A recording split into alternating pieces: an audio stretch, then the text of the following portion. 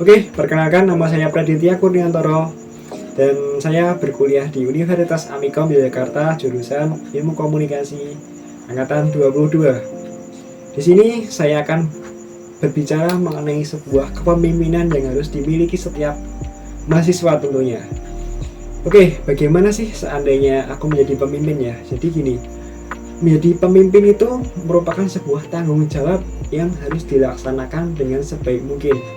Mungkin di luar sana banyak orang yang lebih memilih untuk meninggalkan atau lebih menghindari pemilihan atau menjadi seorang pemimpin. Tetapi bagi saya, jadi seorang pemimpin itu adalah selain dari tanggung jawab adalah sebuah tantangan. Tantangan yang harus dihadapi oleh setiap manusia yang memiliki jiwa-jiwa kesatria. Seorang pemimpin dalam sebuah organisasi yang pernah saya ikuti, salah satunya adalah organisasi komunitas multimedia Amikom atau bisa disingkat dengan KOMA. KOMA tersendiri itu bergerak dalam bidang penggalian potensi mahasiswa tentang skill-skill yang memiliki kemampuan di bidang multimedia tentunya. Selain itu, KOMA sendiri ini sebuah organisasi yang lumayan besar dan juga lumayan ketat di dalam menentukan dan juga di dalam melatih jiwa-jiwa kepemimpinan itu. Saya juga pernah memiliki pengalaman dalam sebuah pergerakan event atau yang melaksanakan event, bisa dikatakan panitia sih. Di situ saya juga belajar tentang bagaimana berkoordinasi dengan tim, bagaimana berkoordinasi tentang mengelola dan juga menata event ini dengan baik dan juga benar. Selain itu, di KOMA juga kita belajar mengenai kita harus bisa menahan dan juga meningkatkan kemampuan di bidang multimedia. Visi misi yang saya akan lakukan apabila menjadi seorang pemimpin di organisasi tersebut, yang pertama, visi saya adalah meningkatkan mutu, meningkatkan kualitas, meningkatkan skill dan juga menjadikan semua keluarga atau menciptakan kerasa solidaritasan dan juga kerjasama antar sesama anggota.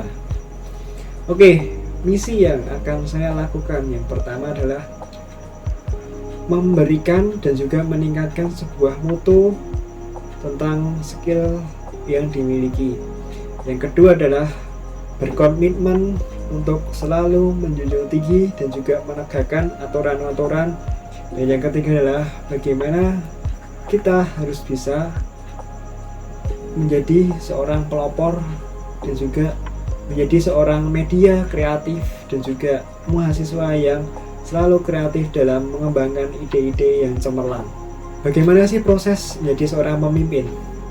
Ya, prosesnya memang nggak mudah dan juga cukup menguras tenaga dan juga waktu. Menjadi seorang pemimpin itu tidak bisa instan seperti mie instan yang sering kita masak di dapur. Tapi menjadi seorang pemimpin itu memiliki tingkatan-tingkatan yang harus kita laksanakan, harus kita hadapi dan juga harus kita lompati untuk bisa meningkat di atas rata-rata. Untuk menjadi sebuah proses yang berhasil, bisa dikatakan cukup sukses, itu kita harus memiliki yang pertama, konsistensi. Kita jangan pernah menyerah walaupun terkadang kita banyak sekali mengalami sebuah kegagalan. Tetapi untuk menjadi seorang pemimpin kita harus membutuhkan namanya konsistensi. Yang kedua adalah untuk jangan pernah mudah mengeluh, karena setiap kita jalani, setiap kita laksanakan, setiap apa yang kita lakukan dalam sebuah tugas terhadap organisasi itu pasti akan mengalami yang namanya masa-masa sulit.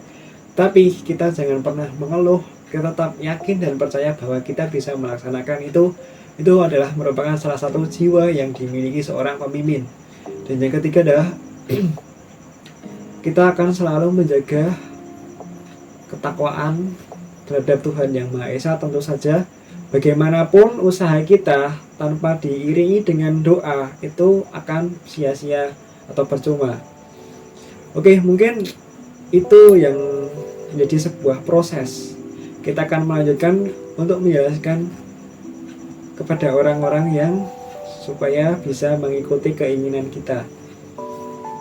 Mungkin bisa dikatakan orang bisa mengikuti keinginan kita itu emang nggak mudah seperti yang kita kira, karena di situ kita mengalami banyak perubahan dinamika sosial, dinamika perubahan sikap, dan juga pertengkaran, percecokan itu tentu saja pasti ada di dalam sebuah organisasi. Biasanya saya biar supaya mereka itu bisa mendengarkan, yang pertama adalah kita dengarkan dulu apa yang mereka minta, baru kita berikan sebuah solusi, jawaban untuk bisa mengatasi semua masalah-masalah yang menjadi kendala dalam perintah. Yang kedua adalah kita gunakan bahasa yang secara halus, bahasa yang mudah dipahami, dan juga bahasa yang sangat sopan dan juga santun. Karena apa? Karena sopan dan santun itu ibaratnya gini, kamu sopan, kami segan. Jadi kita harus menjunjung tinggi rasa kesopanan dan juga rasa menghormati antar sesama. Itu adalah bagaimana proses kita supaya mereka bisa memahami, mengikuti apa yang kita inginkan. Selanjutnya adalah bagaimana cara kita menghadapi masalah internal dan juga eksternal. Oke, masalah internal.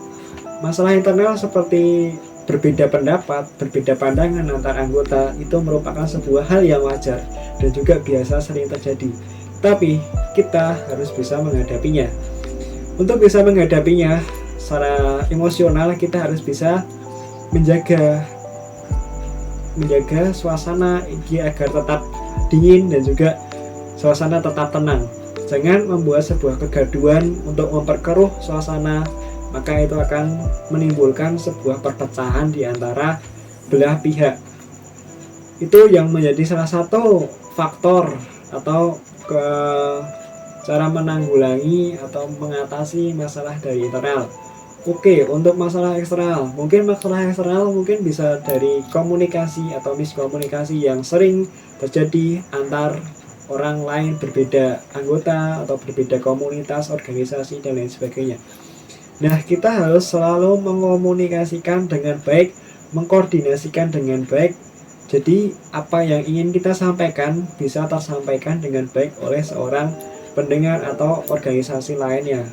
Nah, itu merupakan salah satu contoh dari bagaimana cara kita mengatasi sebuah permasalahan internal maupun eksternal. Dan yang selanjutnya adalah kita harus memiliki gaya kepemimpinan yang tegas, bijaksana, arif, dan juga demokratis. Mengapa demokratis itu sangat penting? Karena untuk bisa mendengarkan suara orang lain, suara anggota-anggota, khususnya kita sebagai pemimpin yang baik, harus bisa mendengarkan apa yang menjadi keluh kesah anggota kita, sehingga organisasi kita bisa berjalan semaksimal mungkin, sebaik mungkin, dan juga bisa berjalan dengan lancar. Untuk itu, kita sebagai pemimpin yang baik, kita harus menjadi seorang pendengar. Selain itu, pemimpin yang demokratis, kita harus juga tegas. Tegas itu bukan berarti kita harus galak, itu bukan. Tegas dan juga galak itu berbeda. Tegas itu lebih kayak cenderung lebih konsisten terhadap apa yang kita ucapkan. Sikap kita, perkataan kita, perbuatan kita harus sesuai dengan kebenaran dan juga kebaikan untuk bersama. Selain itu, dari sikap tegas kita harus bijaksana dalam memilih suatu kebijakan. Semisal ada seorang yang memilih untuk meninggalkan organisasi, kita harus tahu apa yang menjadi masalah dia. Kita harus bisa menjadikan sebuah penengah dari permasalahan-permasalahan tersebut, sehingga akan mendapatkan sebuah jalan keluar yang baik dan juga ketenangan bisa kita dapatkan dalam sebuah organisasi yang kita pimpin. Nah, itu merupakan sebuah visi, misi, terus bagaimana cara kita melaksanakan tugas, melaksanakan sikap kita terhadap kepemimpinan yang sedang kita laksanakan. Mungkin cukup itu yang dapat saya sampaikan, kurang lebihnya mohon maaf. Sekian dari saya. Wassalamualaikum warahmatullahi wabarakatuh.